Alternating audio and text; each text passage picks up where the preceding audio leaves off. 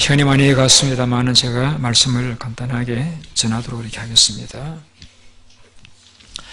하나님 살아계십니다.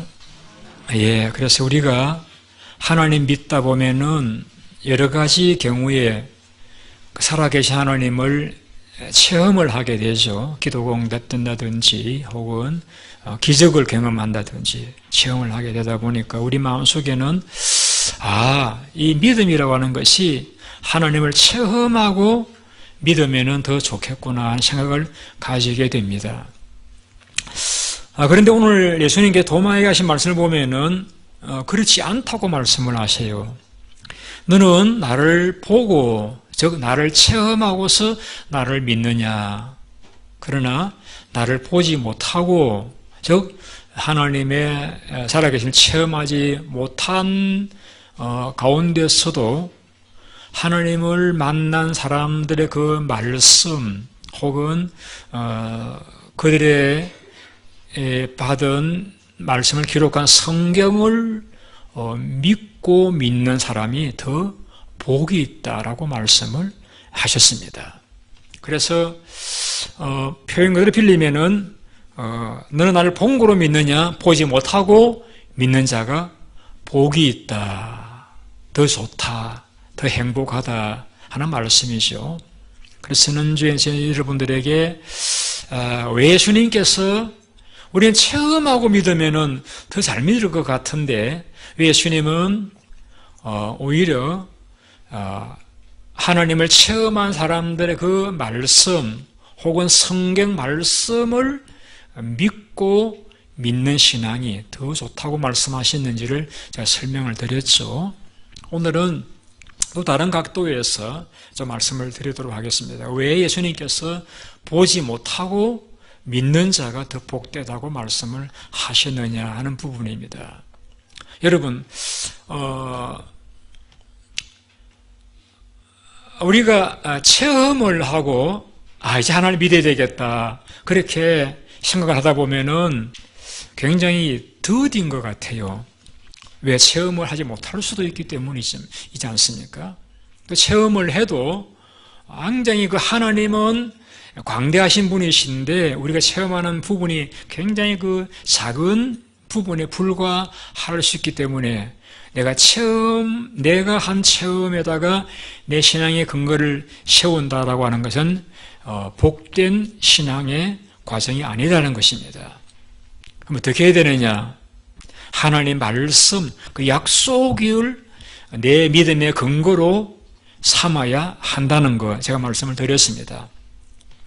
그런데 더 좋은 방법이 있습니다. 이런 하나님을 체험하시려고 하면은 하나님 말씀을 한번 실천해 보십시오. 순종해 보십시오. 그러면은 놀라운 하나님의 세계를 체험하게 됩니다. 성경에 그런 경우들이 많이 나옵니다. 제가 몇 가지 들어볼게요. 가나라는 지역에 결혼식이 열렸는데 손님들이 많이 와서 그랬는지 포도주가 떨어졌습니다.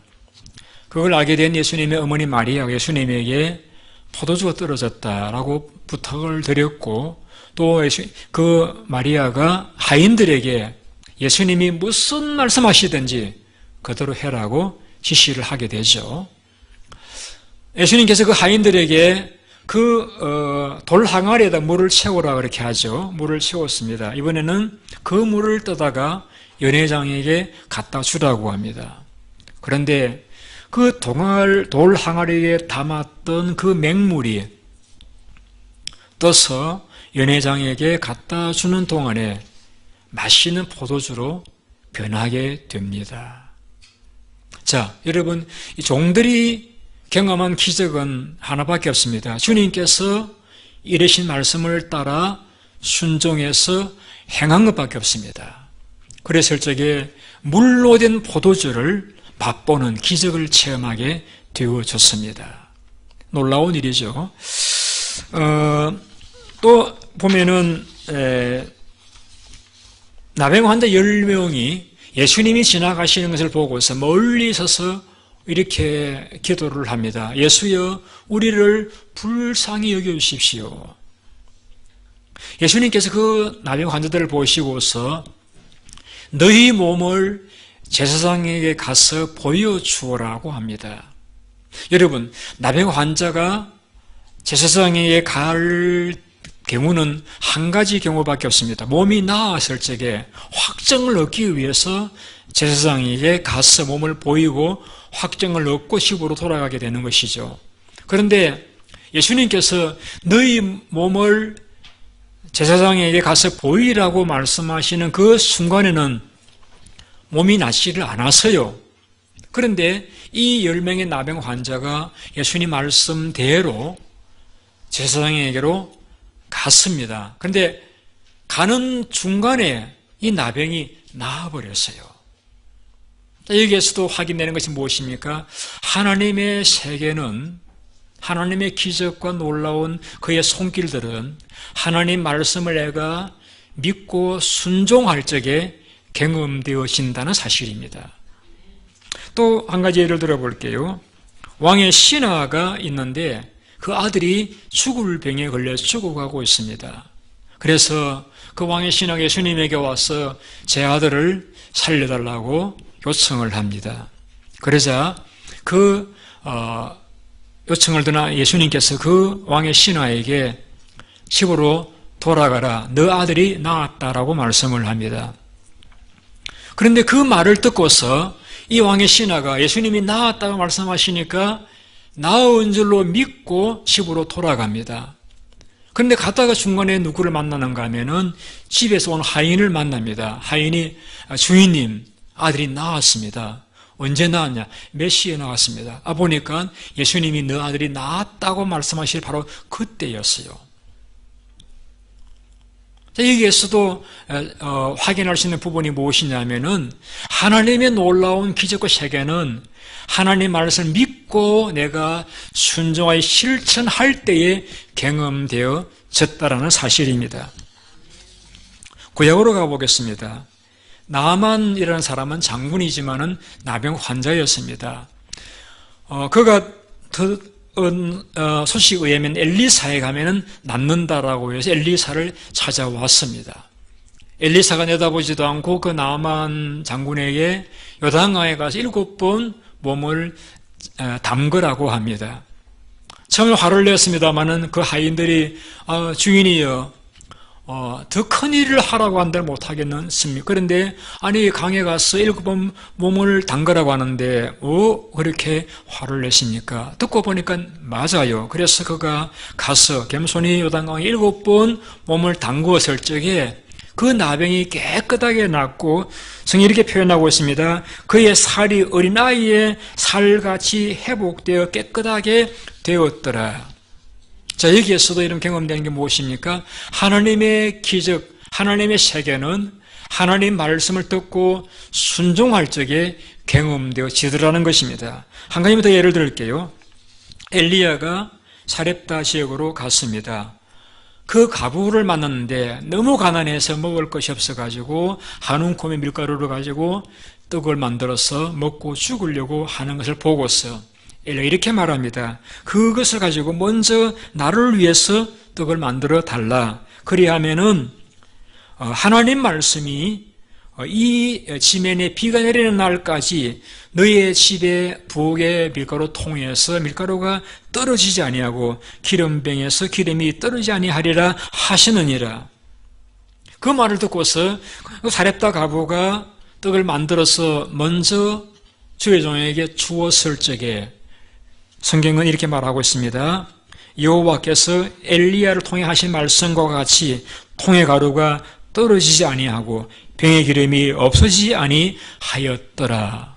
자, 여기서 확인되는 게 무엇입니까? 하나님의 세계를 경험하는 그 과정에 있어서 하나님의 말씀을 순종했더니 경험되어지더라는 것입니다. 자, 여러분들이 하나님의 놀라운 기적을 경험하고 체험하고 예수를 믿겠다. 그거 좋아요.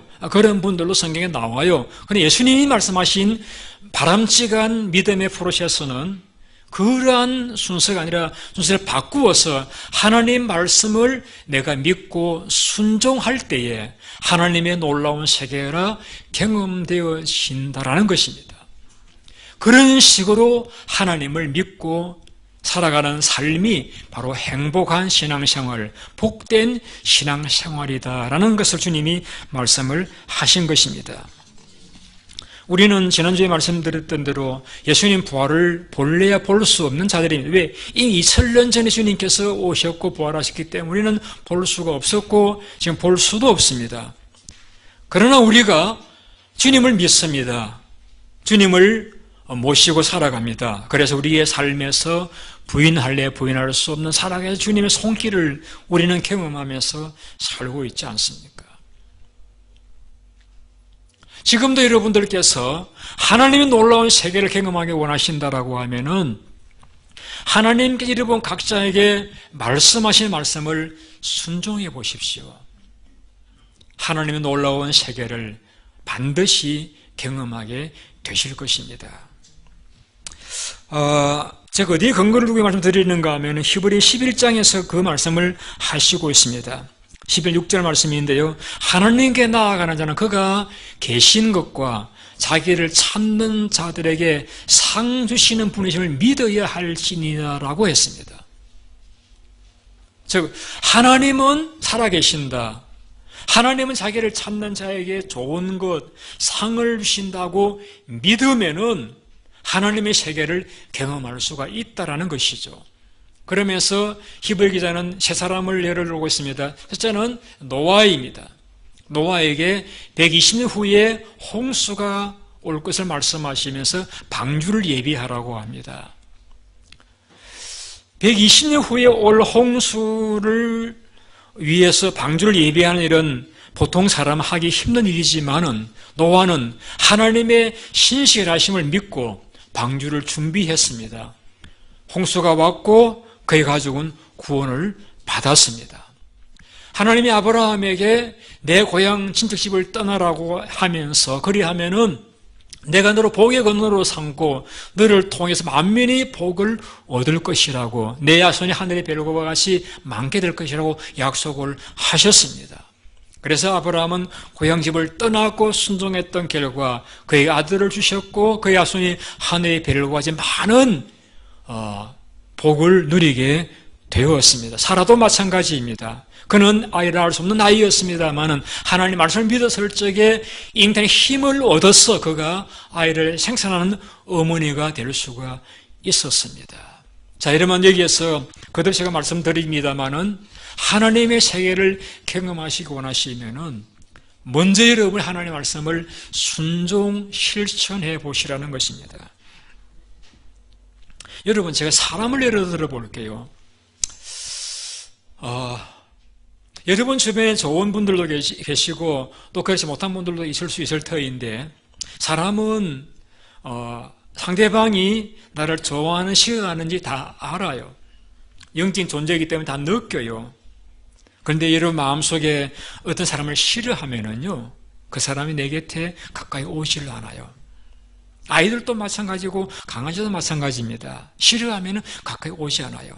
그러나 좋아하면은 알고 가까이 와서 꼬리치거나 또 반갑게 우리를 이제 친구가 되어줄 수가 있는 것입니다. 여러분, 사람도 자기를 좋아하는 사람에게 가까이 가서 교제하고 기쁨을 나누는데 하나님께서도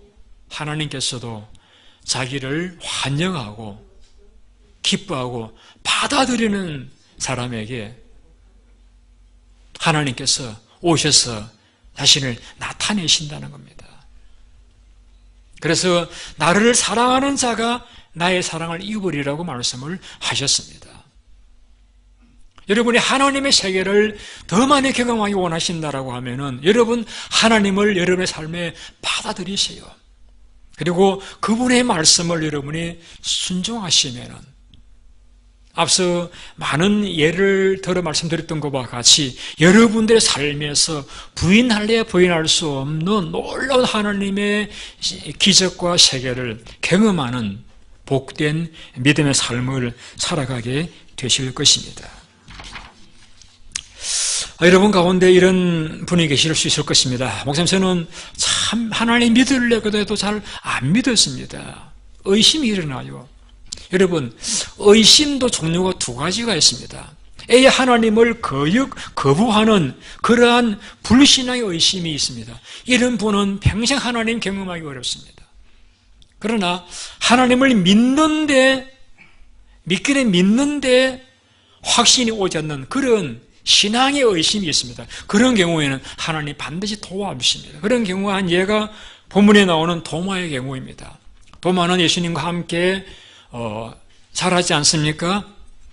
많은 말 좀 들었지 않습니까? 그런데 예수님 부활이라고 하는 그 사건은 믿어지질 않았지 않습니까? 그럼 못 믿겠다라고 했을 적에 예수님이 8일 후에 다시 찾아오셨습니다. 누구를 위해서? 그 도마를 위해서. 도마에게 믿음을 주시기 위해 오셔서, 자, 보아라, 손을 넣어보아라. 그리고 믿는 자가 되라고 말씀하시며 도마를 도와주셨습니다. 우리의 마음속 하나님은 살아계신다. 그분은 나를 사랑하신다. 그분은 전능하시다라는 믿음을 가지고 나아가면은 일순간 우리 마음속에 의심이 일어날 수도 있지만은 하나님이 도와주셔요.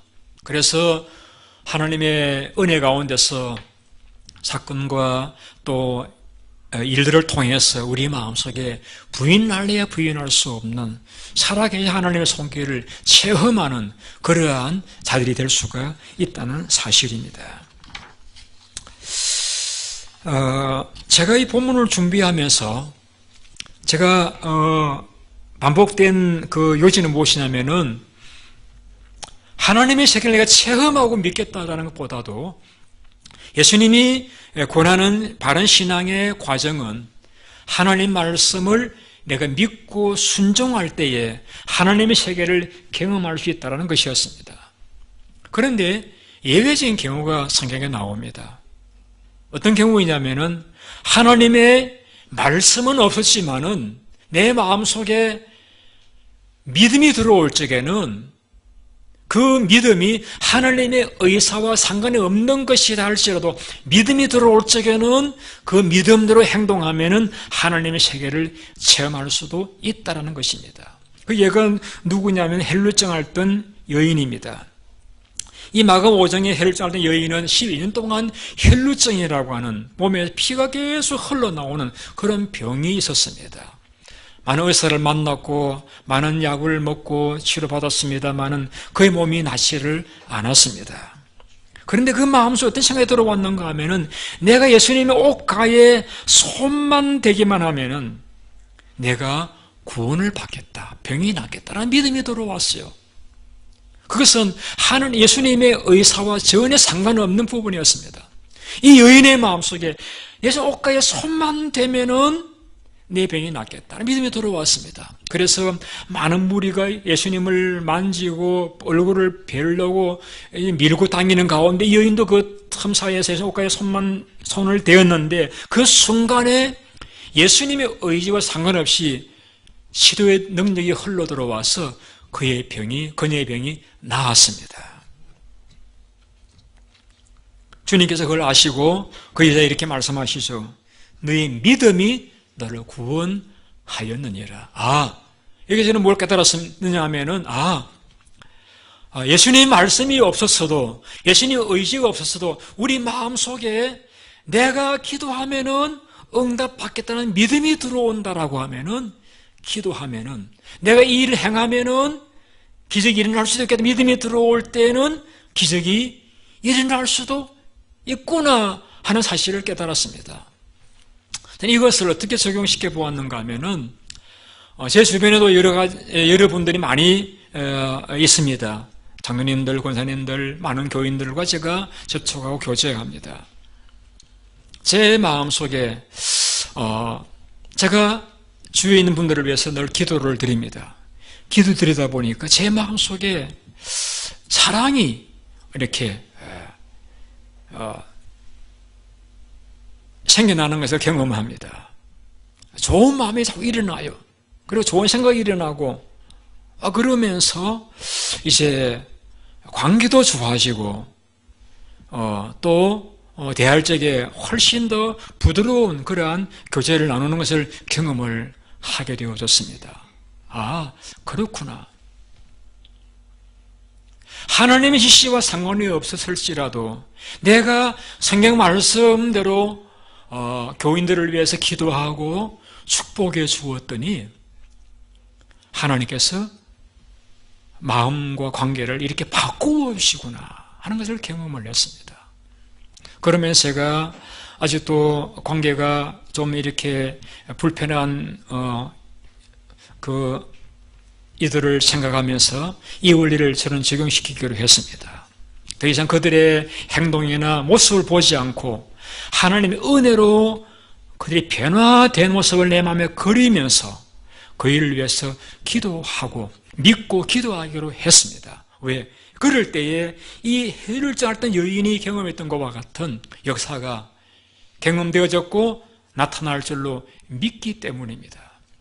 저는 여러분들이 오랫동안 예수를 믿어오면서 부인할래야 부인할 수 없는 살아계신 하나님의 그 손길과 능력을 더 많이 경험하여서 많은 분들에게 하나님 어디 계시냐라고 질문을 들었을 적에 여러분이 만난 하나님을 간증할 수 있기를 바랍니다.